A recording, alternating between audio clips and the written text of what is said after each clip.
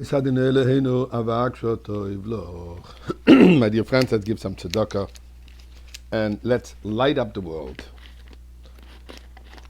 Indeed, lighting up the world with the light of Torah, with the light of mitzvahs, with the light of Mashiach. This Torah portion, we talk about light.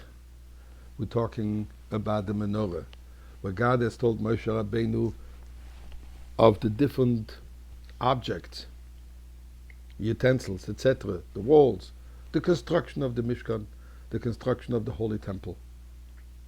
Some of them which were temporary in the Mishkan, others which were eventually placed in the Beis HaMikdash, including the menorah, the candelabra. Now, yesterday we spoke about the shape of the candelabra, but here is a very astonishing detail.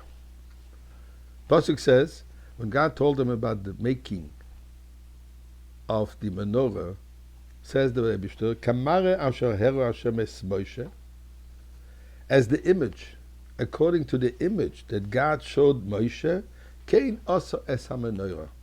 This is how he made the menorah. What does it mean, the image that he showed him? So Rashi explains that indeed, Moshe Rabbeinu had difficulties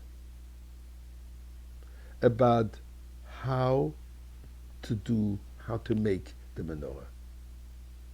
And therefore, God showed him menorah shel eish, a menorah in fire, and he says, this is how you're supposed to do it. Now, what's so particular about the menorah that Moshe Rabbeinu didn't get it? And he needed to have a blueprint, he needed to have an image from it. So there's some very interesting explanations on it. I want to focus on one aspect. The menorah was 7 branches, and as we said yesterday, angular. On them there were 11 knobs, 9 flowers, 22 goblets, which totals 49 items, right? 11, 9, 22, 49 items. Now these 49 items correspond to the 49 gates of understanding. Memtes, Shari Chachma, Shari Bina, whatever level we're going to go. Not going to go into the details of the Kabbalistic terms. But they represent the 49 gates of holiness, of understanding.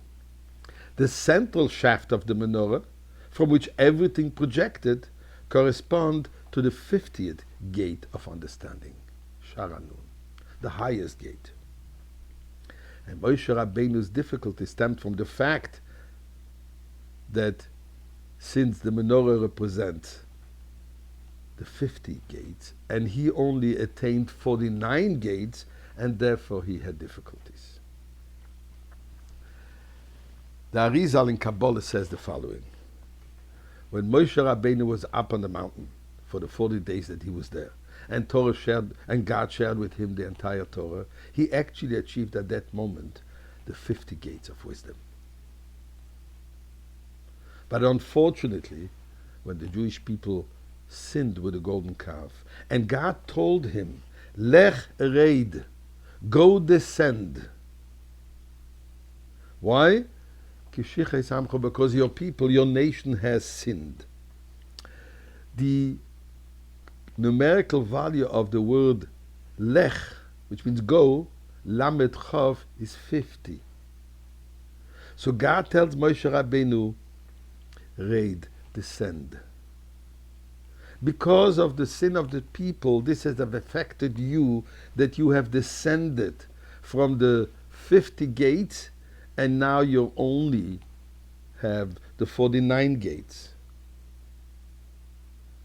And that's why Moshe Rabbeinu, when it came to the menorah which represents the ultimate light, godly light brought down into this world by our doing. The menorah which represents the total and complete unity of all the branches and shapes and forms, buttons, flowers of the Jewish people. And that's why Moshe Rabbeinu now had a difficulty to understand it. And he couldn't imagine how to actually do it. So this is what Hashem told him. I already showed you on the mountain this concept of the 50th gate. That's the image of the fire. The fire is when you were up in the mountain, you have seen it. And based on that, you should be able to do it. And interesting, this also corresponds to what the Talmud says, that there are 50 gates of wisdom, and kudam nitnu leMoshe chasar achas. All of them were given to Moshe, minus one. So how many did he get? 49 or 50? So what it means is that originally he got 50, but then chasar achas, one was diminished. With Mashiach, he'll have the 50 gates, and we hope to see it today.